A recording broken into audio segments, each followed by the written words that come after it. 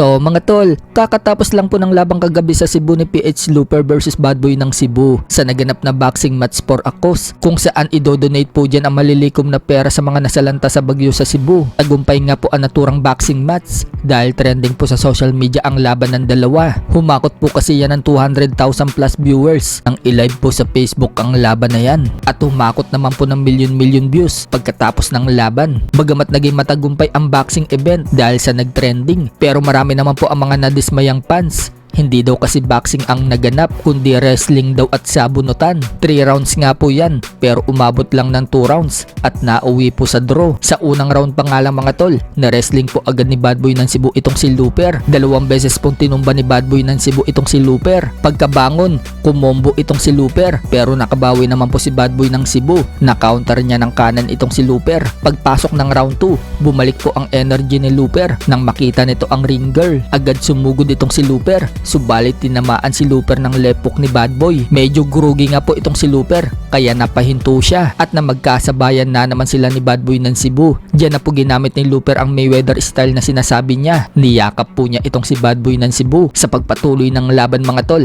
nakatama sa katawan itong si Looper pero agad nakaganti ng solid left straight itong si Bad Boy ng Cebu. Yanig si Looper. Tinanong pa ng referee kung okay lang daw ba ito. Sumenyas naman si Looper na okay pa daw siya kaya tuloy ang laban. Muli na naman po tinamaan ng left straight itong si Looper pero matibay ang ngipin ni Looper mga tol, hindi nakalas. Pagkatapos ng round 2, hindi na tinuloy ang round 3. Tinanggal na po kasi ni Bad Boy ng Cebu ang kanyang headgear at mouthpiece at nagsalita sa mikropono. Sinabing okay na daw yon, kailangan na daw nilang itigil yung laban dahil pagod na daw itong si Looper. Nagsorry nga po itong si Bad Boy ng Cebu. Ginawa lang daw nila ang boxing match para makatulong sa mga nasalanta sa bagyo. Hanga nga daw siya kay Ferdinand dahil kahit na dihado, lumaban daw ito sa kanya. Pero may mga nagsasabi sa comment section na mukhang si Bad Boy ng Cebu pa nga daw yung hiningal. May mga nagsasabi naman na scripted daw yung laban.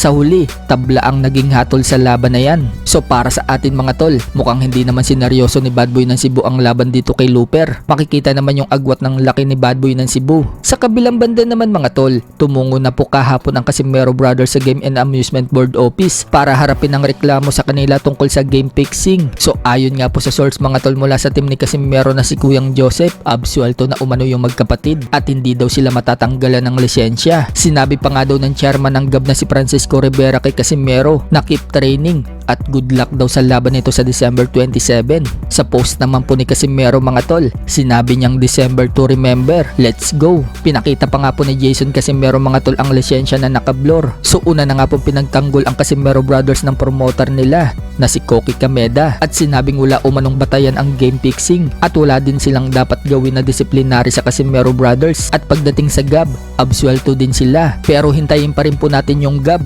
na ilabas nila ang buong statement sa issue na yan. Sa iba pang balita mga tol, pinakita na po ni Wiljon Mindoro ang sparring niya sa Japan kung paano niya binasag at pinadugo ang kilay ng naka-sparring niya. Sapul talaga ng suntok ni Mindoro kaya nabiyak yung kilay. Napakalakas talaga sumuntok ni Mindoro mga tol. Makapal pa yung gloves na gamit niyan. Paano na lang kaya kung manipis yung gloves na gamit? Isa po talaga si Wiljon Mindoro ang inaabangan ng middleweight prospect natin dito sa Pinas dahil sa pambihira nitong lakas. Lahat ng tinalo niya, knockout ang sinapit.